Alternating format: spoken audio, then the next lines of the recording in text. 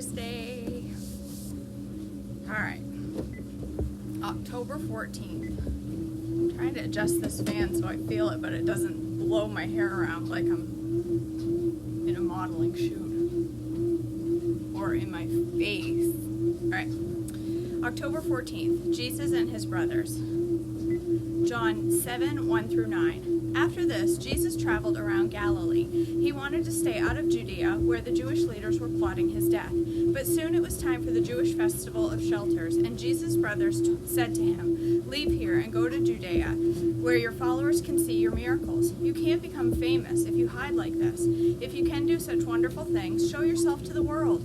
For even his brothers didn't believe him. Jesus replied, "Now is not the right time for me to go, but you can go any time. The world can't hate you, but it does hate me because I accuse it of doing evil. You go on. I'm not going to this festival because my time has not yet come." After saying these things, Jesus remained in Galilee. Opposition from Samaritans. Luke 9, 51 through 56.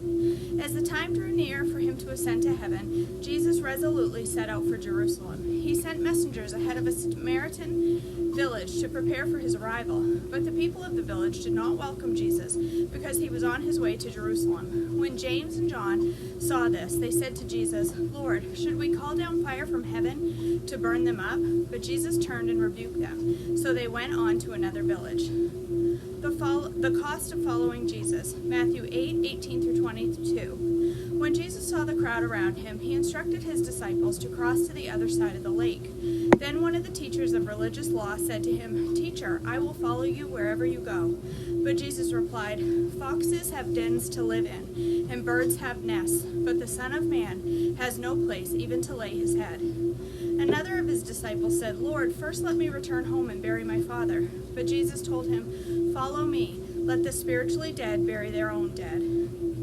Luke 9, 57 through 62. As they were walking along, someone said to Jesus, "I will follow you wherever you go." But Jesus replied, "Foxes have dens to live in, and birds have nests, but the Son of Man has no place to even lay his head." He said to another person, "Come, follow me." The man agreed, but he said, "Lord, first let me return home and bury my father."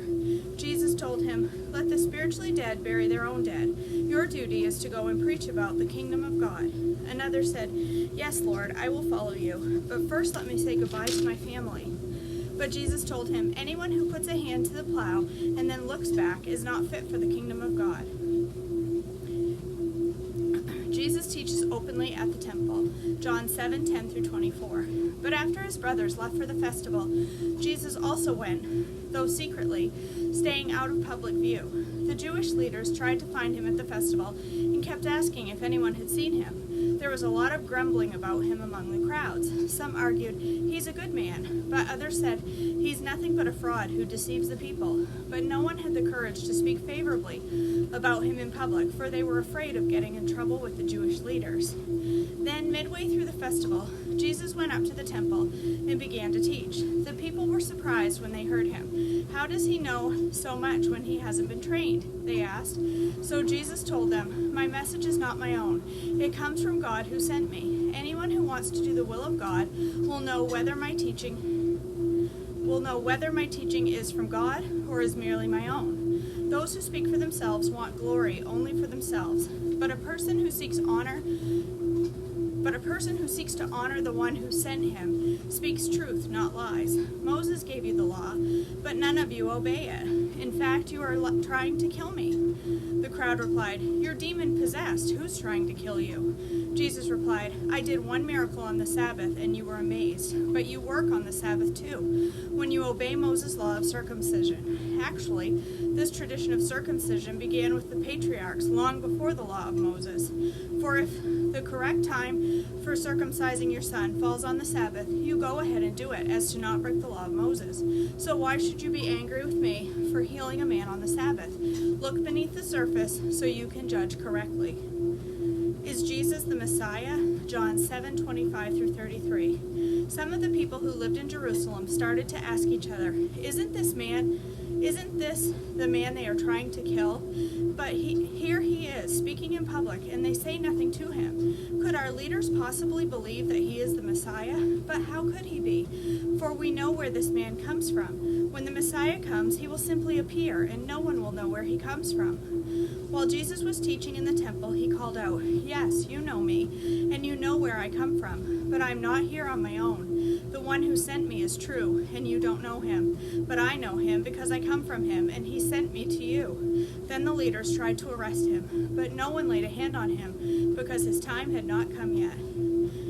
Many among the crowds at the temple believed in him.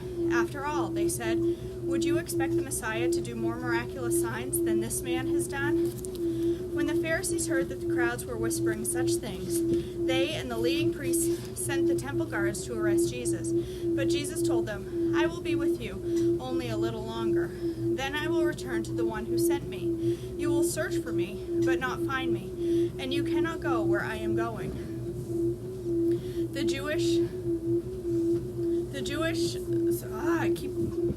I can't pronounce the word leaders this morning. The Jewish leaders were puzzled by his statement. Where is he planning to go? They asked. Is he thinking of leaving the country and going to the Jews in other lands?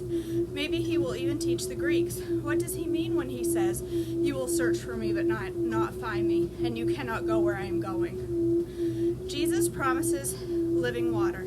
John 7:37-39. On the last day, the climax of the festival, Jesus stood and shouted to the crowds, "Anyone who is thirsty may come to me. Anyone who believes in me may come and drink. For the scriptures declare, rivers of living water will flow from his heart." When he said living water, he was speaking of the Spirit, who would be given to everyone believing in him. But the Spirit had not yet been given, because Jesus had not yet entered his glory.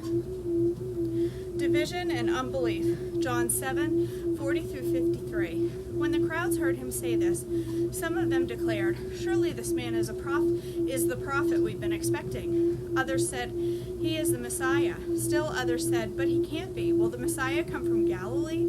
For the scriptures clearly state that the Messiah will be born of the royal line of David in Bethlehem, the village where King David was born." So the crowd was divided about him. Some even wanted to arrest him, but no one laid a hand on him. When the temple guards returned without having arrested Jesus, the leading priests and Pharisees demanded, "Why didn't you bring him in?" "We have never heard anyone speak like this," the guards responded. "Have you been led astray too?"